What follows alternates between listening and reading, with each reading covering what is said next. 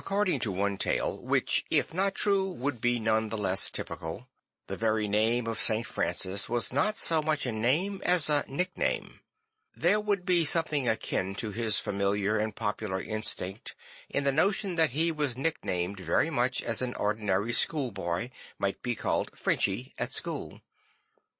According to this version, his name was not Francis at all, but John, and his companions called him Francesco, or the Little Frenchman, because of his passion for the French poetry of the troubadours.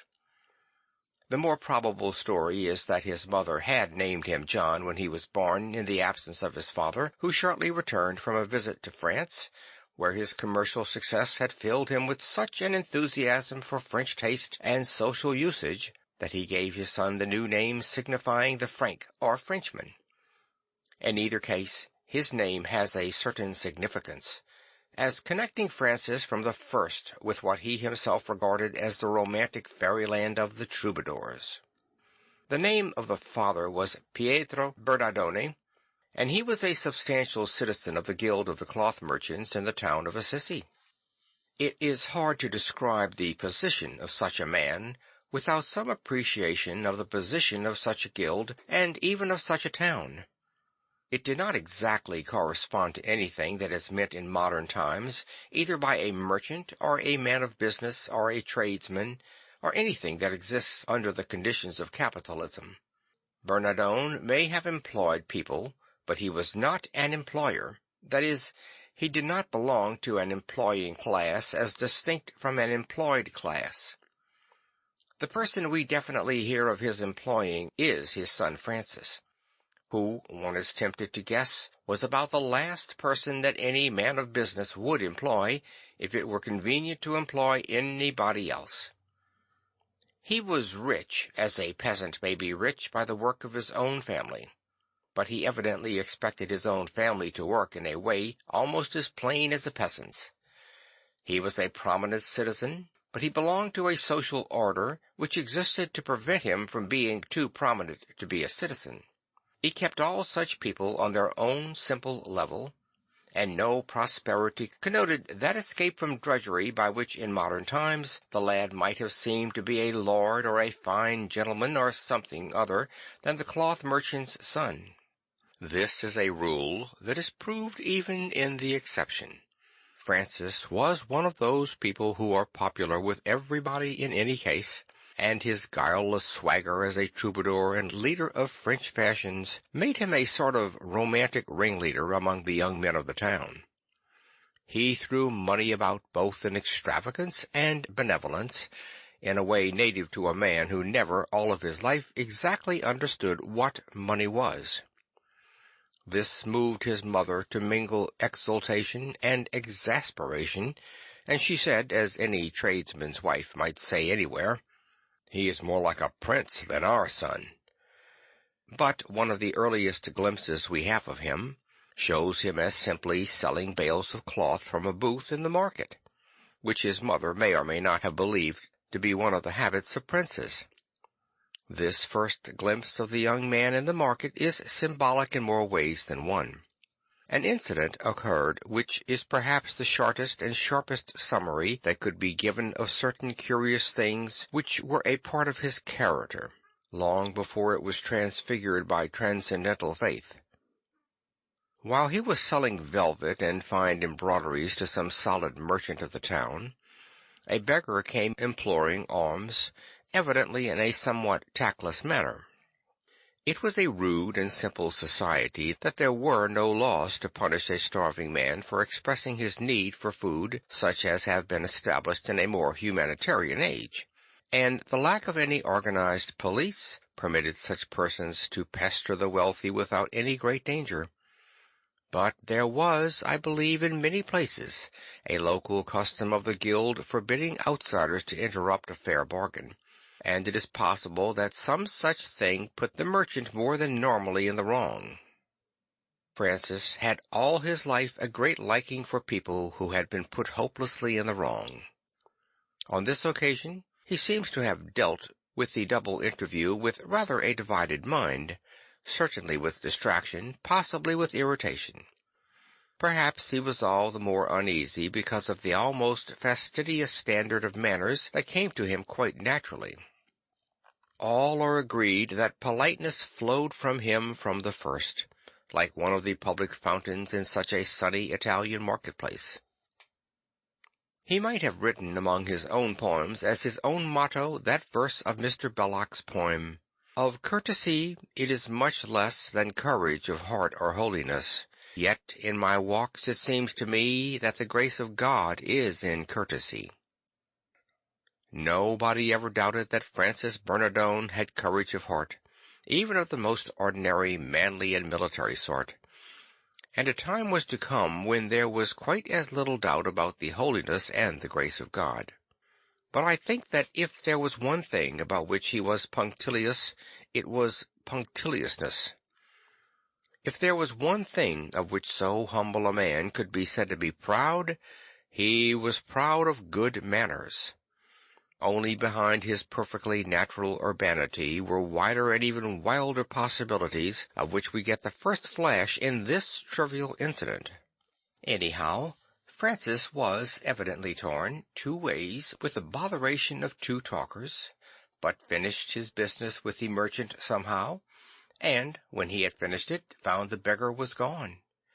Francis leapt from his booth, left all the bales of velvet and embroidery behind him apparently unprotected, and went racing across the marketplace like an arrow from the bow. Still running, he threaded the labyrinth of the narrow and crooked streets of the little town, looking for his beggar, whom he eventually discovered, and loaded that astonished mendicant with money. Then he straightened himself, so to speak, and swore before God that he would never all his life refuse help to a poor man. The sweeping simplicity of this undertaking is extremely characteristic. Never was any man so little afraid of his own promises. His life was one riot of rash vows that turned out right. The first biographers of Francis, naturally alive with the great religious revolution that he wrought, equally naturally looked back to his first years, chiefly for omens and signs of such a spiritual earthquake. But writing at a greater distance, we shall not decrease that dramatic effect, but rather increase it if we realize that there was not at this time any external sign of anything particularly mystical about the young man. He had not anything of that early sense of his vocation that has belonged to some of the saints. Over and above his main ambition to win fame as a French poet, he would seem to have most often thought of winning fame as a soldier. He was born kind, he was brave in the normal boyish fashion, but he drew the line both in kindness and bravery pretty well where most boys would have drawn it. For instance, he had the normal horror of leprosy, of which few normal people felt any need to be ashamed. He had the love of gay and bright apparel, which was inherent in the heraldic taste of medieval times, and seems altogether to have been rather a festive figure. If he did not paint the town red, he would probably have preferred to paint it all the colors of the rainbow, as in a medieval picture. But in this story of the young man in gay garments scampering after the vanishing beggars in rags, there are certain notes of his natural individuality that must be assumed from first to last. For instance, there is the spirit of swiftness. In a sense, he continued running for the rest of his life as he ran after the beggar, because nearly all the errands he ran on were errands of mercy. There appeared in his portraiture a mere element of mildness which was true in the truest sense, but is easily misunderstood. A certain precipitancy was the very poise of his soul. This saint should be represented among the other saints, as angels were sometimes represented in pictures of angels, with flying feet or even with feathers, in the spirit of the text that makes angels winds and messengers a flaming fire.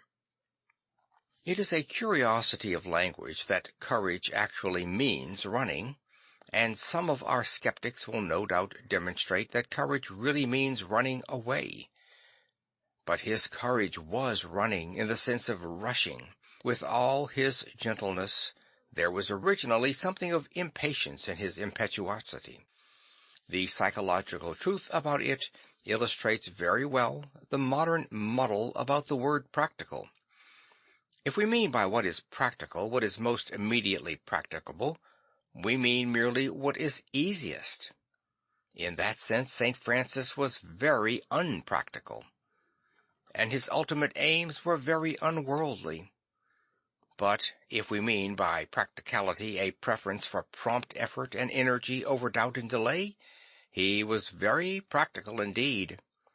Some might call him a madman, but he was the very reverse of a dreamer. Nobody would be likely to call him a man of business, but he was very emphatically a man of action. In some of his early experiments he was rather too much of a man of action.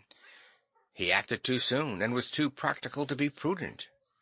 But at every turn of his extraordinary career, we shall find him flinging himself round corners in the most unexpected fashion, as when he flew through the crooked streets after the beggar. Another element implied in the story, which was already partially a natural instinct before it became a supernatural ideal, was something that had never perhaps been wholly lost in those little republics of medieval Italy. It was something very puzzling to some people, something clearer as a rule to Southerners than to Northerners, and I think to Catholics than to Protestants. The quite natural assumption of the equality of men. It has nothing necessarily to do with the Franciscan love for men. On the contrary, one of its merely practical tests is the equality of the duel. Perhaps a gentleman will never be fully an egalitarian until he can really quarrel with his servant. But it was an antecedent condition of the Franciscan brotherhood, and we feel it in this early and secular incident. Francis, I fancy, felt a real doubt about which he must attend to, the beggar or the merchant. And having attended to the merchant, he turned to attend to the beggar. He thought of them as two men. This is a thing much more difficult to describe in a society from which it is absent, but it was the original basis of the whole business. It was why the popular movement arose in that sort of place and that sort of man. His imaginative magnanimity afterwards rose like a tower to starry heights that might well seem dizzy and even crazy, but it was founded on this high tableland of human equality. I have taken this, the first among 100 tales of the youth of St. Francis, and dwelt on its significance a little, because, until we have learned to look for the significance, there will often seem to be little but a sort of light sentiment in telling the story. St. Francis is not a proper person to be patronized with merely pretty stories. There are any number of them, but they are too often used so as to be a sort of sentimental sediment of the medieval world, instead of being, as the saint emphatically is, a challenge to the modern world. We must take his real human development somewhat more seriously, and the next story in which we get a real glimpse of it is in a very different setting. But in exactly the same way it opens, as if by accident, certain abysses of the mind and perhaps of the unconscious mind. Francis still looks more or less like an ordinary young man, and it is only when we look at him as an ordinary young man that we realize what an extraordinary young man he must be.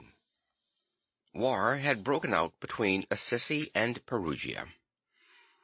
It is now fashionable to say, in a satirical spirit, that such wars did not so much break out as go on indefinitely between the city-states of medieval Italy. It will be enough to say here that if one of these medieval wars had really gone on without stopping for a century, it might possibly have come within a remote distance of killing as many people as we kill in a year in one of our great modern scientific wars between our great modern industrial empires. But the citizens of the medieval republic were certainly under the limitation of only being asked to die for the things with which they had always lived, the houses they inhabited, the shrines they venerated, and the rulers and representatives they knew, and had not the larger vision calling them to die for the latest rumors about remote colonies as reported in anonymous newspapers. And if we infer from our own experience that war paralyzed civilization, we must at least admit that these warring towns turned out a number of paralytics who go by the names of Dante and Michelangelo, Aristo and Titian, Leonardo and Columbus, not to mention Catherine of Siena and the subject of this story. While we lament all this local patriotism as a hubbub of the Dark Ages, it must seem a rather curious fact that about 3/4 of the greatest men who ever lived came out of these little towns and were often engaged in these little wars. It remains to be seen what will ultimately come out of our large towns, but there has been no sign of anything of this sort since they became large, and I have sometimes been haunted by a fancy of my youth that these things will not come till there is a city wall round Clapham, and the tocsin is rung at night to arm the citizens of Wimbledon. Anyhow, the tocsin was rung in Assisi, and the citizens armed, and among them Francis, the son of the cloth merchant. He went out to fight with some company of lancers, and in some fight or foray or other, he and his little band were taken prisoners. To me it seems most probable that there had been some tale of treason or cowardice about the disaster, for we are told that there was one of the captives with whom his fellow prisoners flatly refused to associate even in prison. And when this happens in such circumstances, it is generally because the military blame for the surrender is thrown on some individual. Anyhow, somebody noted a small but curious thing, though it might have seemed rather negative than positive. Francis, we are told, moved among his captive companions with all his characteristic courtesy and even conviviality. Liberal and hilarious, as somebody said of him, resolved to keep up their spirits and his own. And when he came across the mysterious outcast, traitor or coward or whatever he was called, he simply treated him exactly like all the rest, neither with coldness nor compassion, but with the same unaffected gaiety and good fellowship. But if there had been present in that prison someone with a sort of second sight about the truth and trend of spiritual things, he might have known he was in the presence of something new and seemingly almost anarchic, a deep tide driving out to uncharted seas of charity. For in this sense there was something really wanting in Francis of Assisi, something to which he was blind that he might see better and more beautiful things. All those limits in good fellowship and good form, all those landmarks of social life that divide the tolerable and intolerable, all those social scruples and conventional conditions that are normal and even noble in ordinary men, all those things that hold many decent societies together, could never hold this man at all. He liked as he liked. He seems to have liked everybody, but especially those whom everybody disliked him for liking. Something very vast and universal was already present in that narrow dungeon, and such a seer might have seen in its darkness that red halo of caritas caritatum which marks one saint amongst saints as well as among men. He might have heard the first whisper of that wild blessing that afterwards took the form of a blasphemy: "He listens to those to whom God himself will not listen." But though such a seer might have seen such a truth, it is exceedingly doubtful if Francis himself saw it. He had acted out of an unconscious largeness, or even in the fine medieval phrase largesse, within himself, something that might almost have been lawless if it had not been reaching out to a more divine law. But it is doubtful whether he yet knew that the law was divine. It is evident that he had not at this time any notion of abandoning the military, still less adopting the monastic life. It is true that there is not, as pacifists and prigs imagine, the least inconsistency between loving men and fighting them if we fight them fairly and for a good cause. But it seems to me that there was more than this involved, that the mind of the young man was really running towards a military morality in any case. About this time the first calamity crossed his path in the form of a malady which was to revisit him many times and hamper his headlong career. Sickness made him more serious, but one fancies it would only have made him a more serious soldier, or even more serious about soldiering. And while he was recovering, something rather larger than the little feuds and raids of the Italian towns opened an avenue of adventure and ambition. The crown of Sicily, a considerable center of controversy at the time, was apparently claimed by a certain Gautier de Brienne, and the papal cause to aid which Gautier was called in aroused enthusiasm among a number of young Assisians, including Francis, who proposed to march into Apulia on the Count's behalf. Perhaps his French name had something to do with it. For it must never be forgotten that though this world was in one sense a world of little things, it was a world of little things concerned about great things. There was more internationalism in the lands dotted with tiny republics than in the huge, homogeneous, impenetrable national divisions of today. The legal authority of the Assisian magistrates might hardly reach farther than a bowshot from their high embattled city walls. But their sympathies might be with the ride of the Normans through Sicily, or the palace of the troubadours at Toulouse, with the emperor enthroned in the German forests, or the great pope dying in the exile of Salerno. Above all, it must be remembered that when the interests of an age are mainly religious, they must be universal. Nothing can be more universal than the universe, and there are several things about the religious position at that particular moment which modern people not unnaturally fail to realize. For one thing, modern people naturally think of people so remote as ancient people, and even early people. We feel vaguely that these things happened in the first ages of the Church. The Church was already a good deal more than 1,000 years old. That is, the Church was then rather older than France is now, a great deal older than England is now. And she looked old then, almost as old as she does now, possibly older than she does now. The Church looked like great Charlemagne with a long white beard, who had already fought 100 wars with the heathen, and in the legend was bidden by an angel to go forth and fight once more, though he was 200 years old. The Church had topped her 1,000 years and turned the corner of the second 1,000.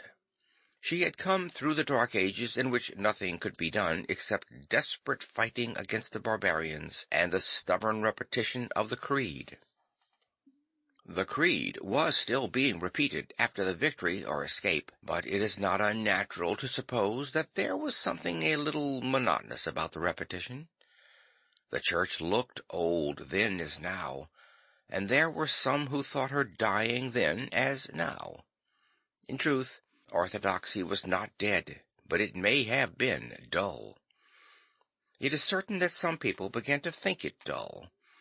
The troubadours of the Provençal movement had already begun to take that turn, or twist toward Oriental fancies, and the paradox of pessimism, which always comes to Europeans as something fresh when their own sanity seems to be something stale. It is likely enough that, after all those centuries of hopeless war without and ruthless asceticism within, the official orthodoxy seemed to be something stale. The freshness and freedom of the first Christians seemed then, as much as now, a lost and almost prehistoric age of gold. Rome was still more rational than anything else. The Church was really wiser, but it may well have seemed wearier than the world. There was something more adventurous and alluring, perhaps, about the mad metaphysics that had been blown across out of Asia. Dreams were gathering like dark clouds over the Midi to break in a thunder of anathema and civil war. Only the light lay on the great plain round Rome, but the light was blank and the plain was flat, and there was no stir in the still air and the immemorial silence about the sacred town. High in the dark house of Assisi, Francesco Bernardone slept and dreamed of arms. There came to him in the darkness a vision splendid with swords, patterned after the cross in the crusading fashion, of spears and shields and helmets hung in a high armory, all bearing the sacred sign. When he awoke, he accepted the dream as a trumpet bidding him to the battlefield, and rushed out to take horse and arms. He delighted in all the exercises of chivalry, and was evidently an accomplished cavalier and fighting man by the tests of the tournament and the camp. He would doubtless at any time have preferred a Christian sort of chivalry, but it seems clear that he was also in a mood which thirsted for glory, though in him that glory would always have been identical with honor. He was not without some vision of that wreath of laurel which Caesar had left for all the Latins. As he rode out to war, the great gate in the deep wall of Assisi resounded with his last boast, "I shall come back a great prince." A little way along his road his sickness rose again and threw him. It seemed highly probable, in the light of his impetuous temper, that he had ridden away long before he was fit to move. And in the darkness of this second and far more desolating interruption, he seems to have had another dream in which a voice said to him, "You have mistaken the meaning of the vision. Return to your own town." And Francis trailed back in his sickness to Assisi, a very dismal and disappointed and perhaps even derided figure, with nothing to do but to wait for what should happen next. It was his first descent into a dark ravine that is called the Valley of Humiliation, which seemed to him very rocky and desolate, but in which he was afterwards to find many flowers. But he was not only disappointed and humiliated. He was also very much puzzled and bewildered. He still firmly believed that his two dreams must have meant something, and he could not imagine what they could possibly mean. It was while he was drifting, one may even say mooning, about the streets of Assisi and the fields outside the city wall, that an incident occurred to him which has not always been immediately connected with the business of the dreams, but which seems to me the obvious culmination of them. He was riding listlessly in some wayside place, apparently in the open country, when he saw a figure coming along the road towards him, and halted. For he saw it was a leper, and he knew instantly that his courage was challenged, not as the world challenges, but as one would challenge who knew the secrets of the heart of a man. What he saw advancing was not the banner and spears of Perugia, from which it never occurred to him to shrink, nor the armies that fought for the crown of Sicily, of which he had always thought as a courageous man thinks of mere vulgar danger. Francis Bernardone saw his fear coming up the road towards him, the fear that comes from within and not without, though it stood white and horrible in the sunlight. For once in the long rush of his life his soul must have stood still. Then he sprang from his horse, knowing nothing between stillness and swiftness, and rushed on the leper and threw his arms round him. It was the beginning of a long vocation of ministry among many lepers, for whom he did many services. To this man he gave what money he could, and mounted and rode on. We do not know how far he rode, or with what sense of the things around him, but it is said that when he looked back he could see no figure on the road. End of chapter 3.